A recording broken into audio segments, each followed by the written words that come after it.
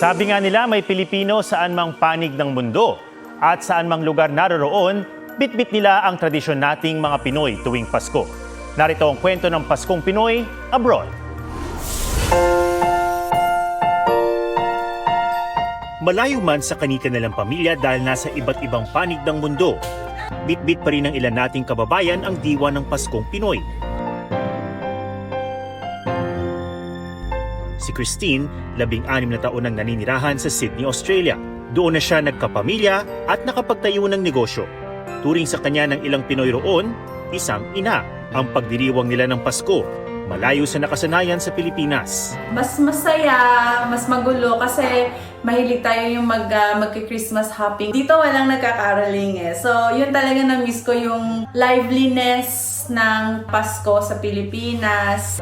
Kaya kasama ang halos 20 kapwa Pinoy, ginagawang maingay at masaya ni Christine ang selebrasyon.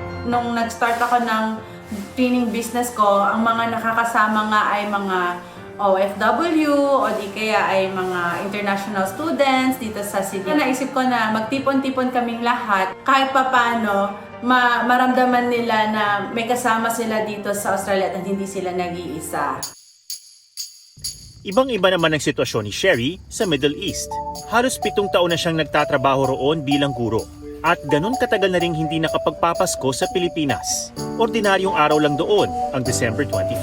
Pag December 25 mismo, ordinary day na lang siya. Like, work day kasi. So, lahat may pasok. Hindi mo na mafe-feel na, Pasko pala ngayon. Sumakay lang ako sa metro. Doon ko na-realize na December 24 to, dapat kasama ko yung pamilya ko. Dapat masaya ako ngayon.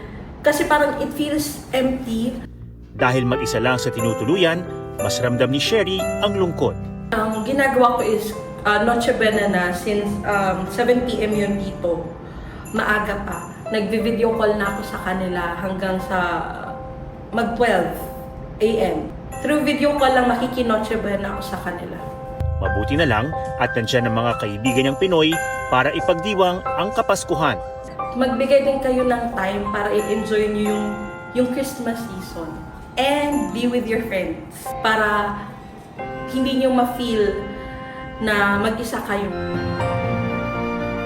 Nasa Finland man bilang healthcare worker, hindi nawalay kay Jonel ang pagdiriwang ng Paskong Pinoy. Nakaugalian niyang magpunta sa official hometown ni Santa Claus sa Rovaniemi, sa Lapland region. Once in a lifetime experience siya na na-experience mo na makausap si Santa Claus. Nagsasalita pa siya ng kunting Filipino, which is very memorable talaga. Happy Christmas and mabuhay. Akala ko is para sa bata lang, pero pagpunta mo pala ng iba yung feeling eh. Totoo pala yun na may Santa Claus talaga dito sa northern part ng Finland.